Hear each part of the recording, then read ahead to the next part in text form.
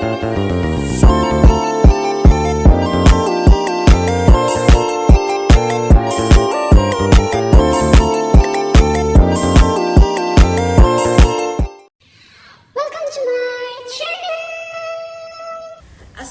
warahmatullahi wabarakatuh.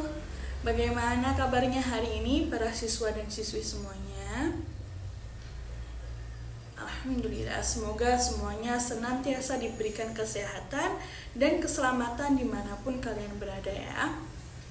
Baiklah, sebelum melanjutkan pembahasan mengenai materi pada hari ini, ada baiknya mari kita berdoa bersama-sama terlebih dahulu agar proses belajar kita hari ini itu dipermudah dan diberkahi oleh Allah Subhanahu wa taala.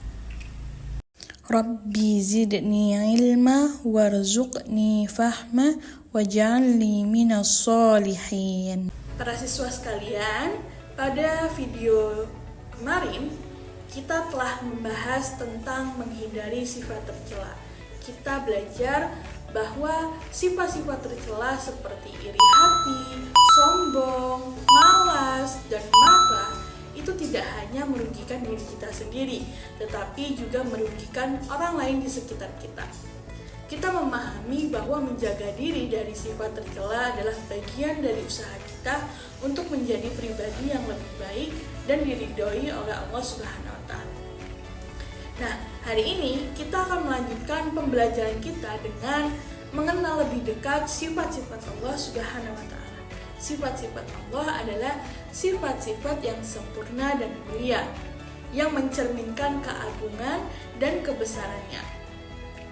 Dengan mempelajari sifat-sifat Allah, kita akan semakin menyadari kebesaran dan kasih sayang Allah kepada kita sebagai hamba-Nya, serta menambah keimanan dan ketakwaan kita kepada Allah Subhanahu wa taala. Jadi sebenarnya apa sih hubungannya video materi yang kemarin yang kita pelajari dengan materi yang akan kita pelajari hari ini? Jadi anak-anak, ketika kita berusaha untuk menghindari sifat tercela, kita sebenarnya itu sedang berusaha meneladani sifat-sifat mulia yang diajarkan oleh Allah Subhanahu wa taala. Misalnya, dengan menghindari sifat sombong, kita belajar untuk meneladani sifat Allah yang Maha Pemurah, Maha Pengasih, gitu kan ya. Nah, dengan menghindari sifat malas, kita berusaha untuk selalu bekerja keras dan bersungguh-sungguh seperti yang sudah diajarkan oleh Allah. Jadi anak-anak, dengan memahami dan meneladani sifat-sifat Allah, kita bisa lebih mudah menghindari sifat-sifat tercela. Ini karena sifat-sifat Allah adalah contoh sempurna dari sifat-sifat mulia yang harus kita ikuti dalam kehidupan sehari-hari.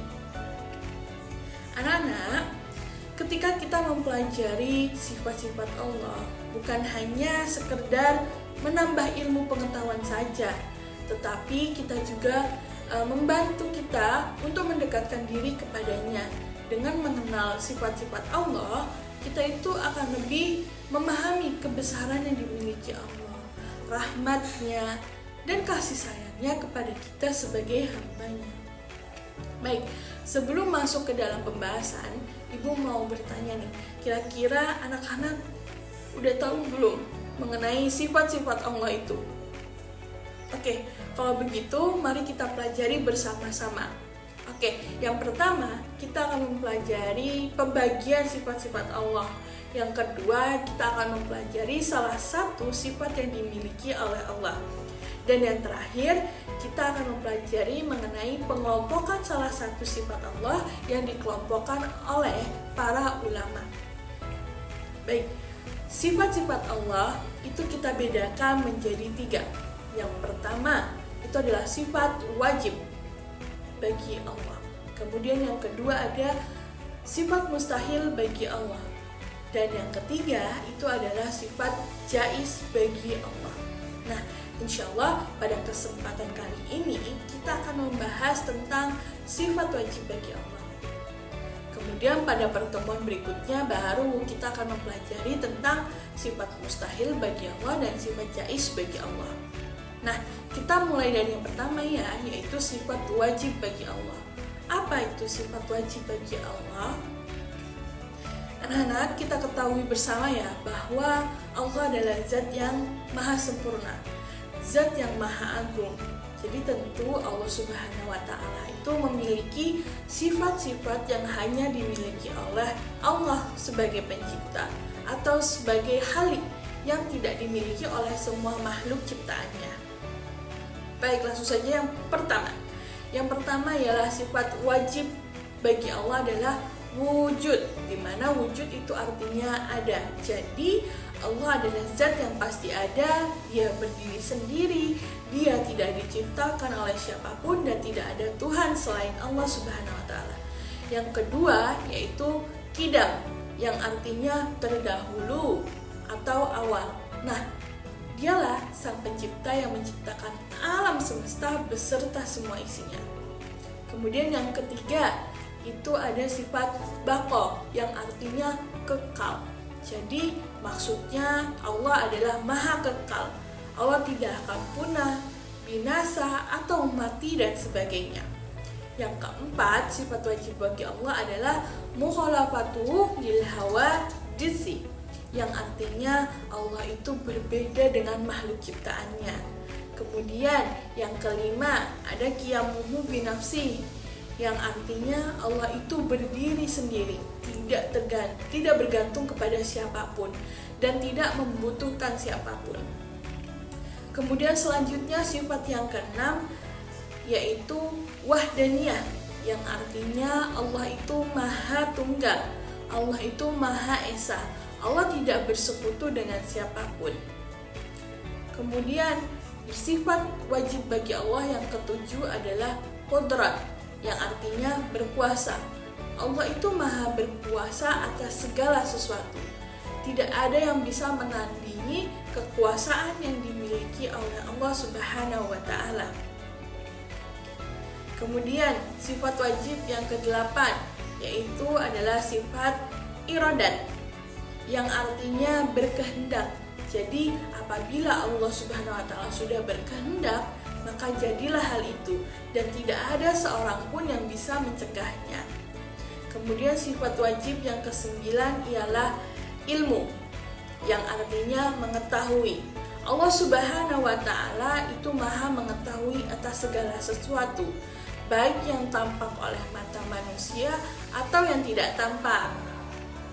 Yang ke-10, sifat wajib bagi Allah ialah hayat, yang artinya Allah itu maha hidup, tidak akan pernah mati gitu ya. Terus sifat wajib yang ke-11 itu ada sama, yang artinya mendengar. Jadi Allah itu maha mendengar, Allah maha pendengar yang baik, mau itu yang diucapkan maupun yang disembunyikan dalam hati manusia, Allah itu mendengar gitu ya. Yang ke-12, Allah itu maha basar, Allah itu maha melihat. Allah melihat segala sesuatu. Penglihatan Allah itu tidak terbatas. Dia mengetahui apa yang semua terjadi di muka bumi ini. Kemudian yang ke-13 itu ada sifat kalam. Kalam artinya itu berfirman. Jadi Allah itu berfirman. Allah bisa berbicara dengan makhluknya. Itu sudah terbukti dengan adanya kitab Al-Quran yang diturunkan kepada Nabi kita, Nabi Muhammad Sallallahu Alaihi Wasallam. Yang ke-14 ada sifat qadirun, yang artinya maha berkuasa. Jadi Allah itu maha berkuasa atas segala sesuatu yang ada di alam semesta ini. Kemudian yang ke-15 itu ada muridun, Allah berkehendak. Jadi bila Allah sudah menafsirkan suatu perkara, maka tidak ada yang bisa menolak kehendak Allah Subhanahu wa Ta'ala. Kemudian yang ke-16 ada sifat alimun, yang artinya mengetahui. Jadi Allah maha mengetahui segala sesuatu gitu. Yang ke-17 yaitu hayat, Allah maha hidup. Allah adalah zat yang hidup. Allah tidak akan mati, Allah tidak akan tidur ataupun lengah. Kemudian yang ke-18 yaitu sifat sami'un, yang artinya mendengar. Jadi Allah itu selalu mendengar pembicaraan manusia, permintaan ataupun doa dari hamba-hambanya. Kemudian yang ke-19 itu ada basiron, yang artinya maha melihat. Jadi keadaan Allah yang melihat tiap-tiap maujud atau benda yang ada. Allah selalu melihat gerak-gerik kita, gitu ya.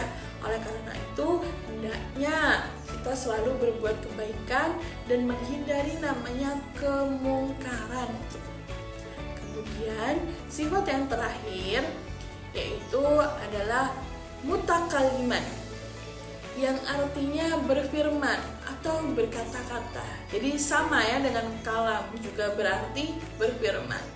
Firman Allah ini terwujud lewat kitab-kitab suci yang diturunkan lewat para nabi. Nah, inilah 20 sifat wajib bagi Allah yang wajib bagi kita sebagai seorang muslim untuk mengimani, untuk mempercayainya. Nah, 20 sifat Allah tadi itu sudah dikelompokkan lagi nih oleh para ulama menjadi 4 kelompok. Yang pertama adalah sifat nafsiyah, di mana nafsiyah itu artinya sifat yang hanya berhubungan dengan zat Allah. Nah, sifat nafsiyah ini cuma ada satu, yaitu wujud. Kemudian yang kedua itu sifat salbiyah. Nah, sifat salbiyah itu maksudnya adalah sifatnya menghilangkan sifat-sifat yang tidak layak atau tidak sesuai dengan kesempurnaan Allah Subhanahu wa Ta'ala. Jadi sifat ini menafikan semua sifat-sifat lawannya, seperti sifat binasa atau bergantung kepada makhluknya. Dan sifat salbiyah ini ada 5, yaitu qidam, baqah, mukhalafatul lil hawaditsi, qiyamuhu binafsihi, dan wahdaniyah. Kemudian sifat ma'ani, yaitu adalah sifat-sifat abstrak yang wajib ada pada Allah, dan sifat ini itu menambah kesempurnaan pada zat Allah Subhanahu wa Ta'ala. Dan sifat-sifat ma'ani ini anggotanya ada 7 juga, yaitu qudrat, iradat, ilmu, hayat, sama, basar, dan kalam. Nah, sifat abstrak yang wajib bagi Allah itu berbeda dengan makhluknya. Bedanya, Allah itu memiliki sifat ilmu. Manusia juga memiliki sifat ilmu, tapi perlu kita ketahui bahwa ilmunya Allah itu tentu berbeda dengan ilmunya manusia. Allah mengetahui apa yang terjadi pada masa lampau, sekarang, dan masa depan. Sedangkan manusia hanya mengetahui apa yang terjadi pada masa lampau. Nah, kemudian sifat kelompok yang keempat, yaitu sifat maknawiyah, di mana sifat maknawiyah itu anggotanya juga ada 7, yaitu qadirun, muridun, alimun, hayyan, sami'un, basiron, dan mutakaliman. Nah, inilah 4 kelompok dari 20 sifat-sifat wajib bagi Allah. Nah, demikianlah penjelasan singkat tentang sifat-sifat yang harus kita yakini, harus kita percayai, dan itulah yang dimiliki oleh Allah Subhanahu wa Ta'ala.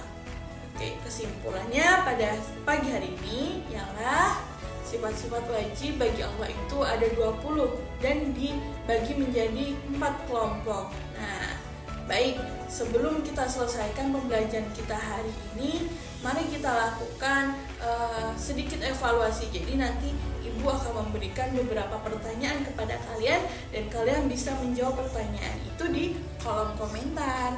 Oke?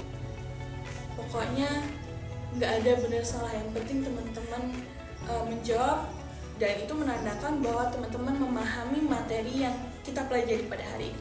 Yang pertama, berdasarkan apa yang sudah kita pelajari hari ini, menurut teman-teman nih, apa yang dimaksud dengan sifat-sifat wajib yang dimiliki oleh Allah? 2. Sebutkan beberapa sifat wajib Allah yang kita pelajari pada pertemuan kali ini. Dan yang ketiga, tadi sudah dibahas ya, kalau ulama itu mengelompokkan sifat wajib ke dalam 4 kelompok. Nah, 4 kelompok ini ada apa saja? Nah, diketik ya. Oke. Allah adalah zat yang maha sempurna, zat yang maha agung. Tentu Allah Subhanahu wa Ta'ala itu memiliki sifat-sifat yang hanya dimiliki oleh Allah sebagai pencipta atau sebagai Khalik yang tidak dimiliki oleh semua makhluk ciptaannya.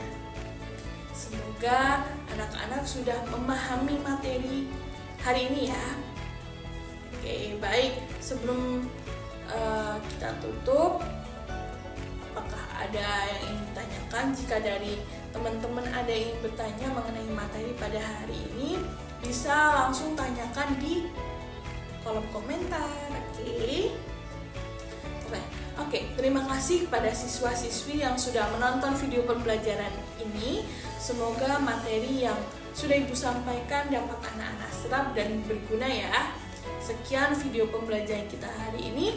Ibu akhiri. Wassalamualaikum warahmatullahi wabarakatuh. Dah.